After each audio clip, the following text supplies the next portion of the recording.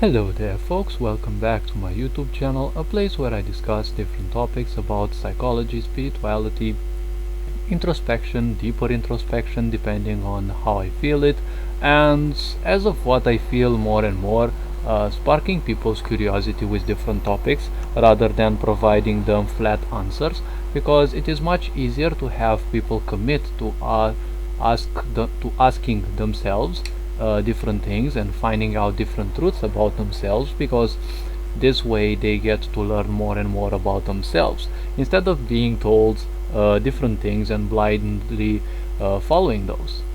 Now, as a truth speaker, which I embody more and more by the day, the point about this is that all I'm sharing is my experience and my wisdom that I have acquired for my uh, entire life, I can say.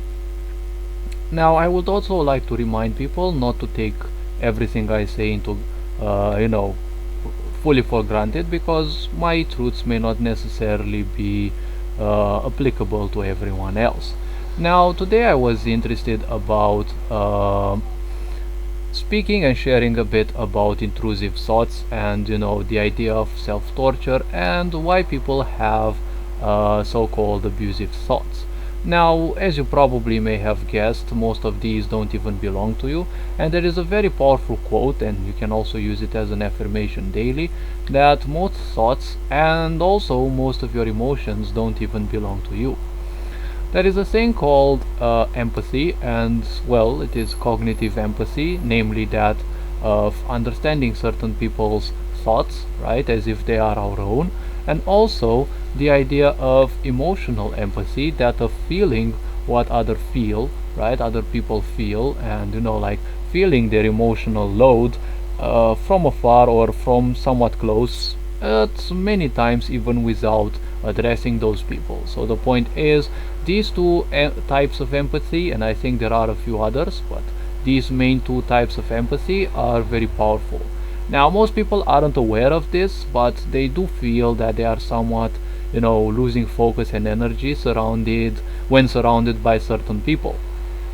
Those are, well, easily callable vampires, okay, like psychic, mental, energetic vampires. So, all these being said, the point is now, um,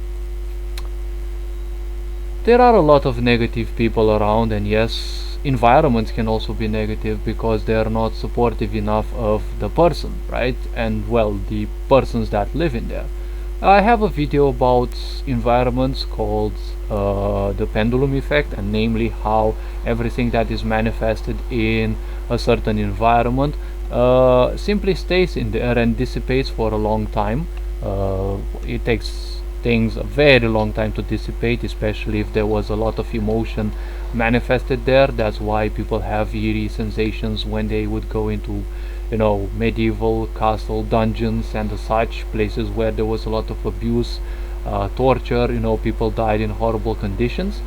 Those may take a very long time to simply purify, right? Every thought that is not fulfilled, right, will always seek to become pure again, right? And to become pure means to become one with creation, which means to fully dissipate, right? Just like life.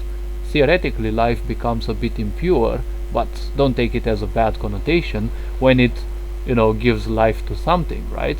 There is only life, basically death there is not, right? And as life blooms in each and every possible locale of this universe and any other universe, it only seeks to experience.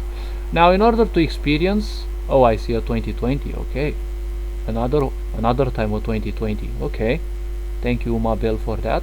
It is said that the Mirror Hour 2020 is governed by Umabel and is represented by spirituality, and is a reminder to follow the path of spirituality instead of that of finances and materialism. But well, it doesn't say about finances, it just says don't seek materialism necessarily.